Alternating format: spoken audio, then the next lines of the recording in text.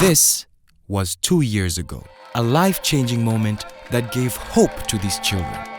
The mission was to provide access to safe, drinkable water for more than 500 pupils of the Ubena Primary School. Changamoto tulikuwa tunapata ni kutoa maji umbali mrefu. Wakati mwingine tunaacha vipindi vya darasani na kwenda kutafuta maji. For many Tanzanian students, access to clean drinking water remains scarce. On average, school children in the country spend about 17 minutes fetching water during class hours. The situation is even more challenging for children in rural areas. Mradi wa maji umetusaidia kupunguza uwezekano wa kutoa maji mbali. Sasa hivi tunapata maji karibu kabisa, kwa hiyo tunazingatia vipindi vya darasani kwa muda maalum. Studies have shown that children with access to clean drinking water overall perform better than those without. Thanks to the efforts of Icon LifeSaver in partnership with African Aqua Solutions, Ubena Primary ranked among the top 5 percentile of the national school leaving exams.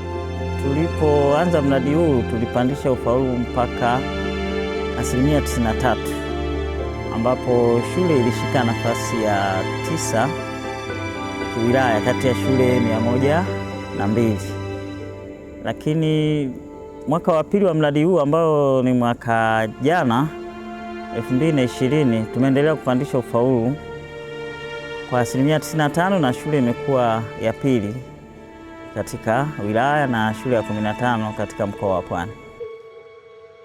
The presence of clean and safe drinking water is not only improving attendance, reducing waterborne diseases, but it is also giving parents peace of mind. The main objective behind the installation of the water filters at Ubena Primary School was for us to prove our theory that with the right access to clean drinking water, we could have a profound impact on performance of students and schools as a whole. We believe the time taken to fetch water and in turn boil it waste a lot of time that could be valuable in pursuing studies and spending more time in the classroom. As well as a general reduction in absentees from waterborne diseases.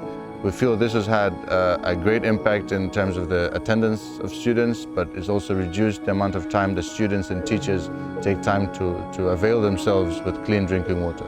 Through our filters, all that time has completely been alleviated, and now students and teachers can concentrate on what they're supposed to be doing, which is teaching and studying. So our commitment to growing these projects and continuing to help end the war for water. That's why LifeSaver have kindly donated these extra filters. They've wanted to create content, they've wanted to create a follow-up video so that we can now create a platform where people can understand that impact and see our results and then contribute to LifeSaver directly or contribute to us directly or to projects directly that they find. So it's all about continuing to tell that story. That's the way we're going to move forward with growing and obviously spreading this impact around the country. Without the help of passionate individuals and committed partners, none of this would be possible. The work of Icon LifeSaver and African Aqua Solutions will continue, and it is changing lives for the better, drop by drop.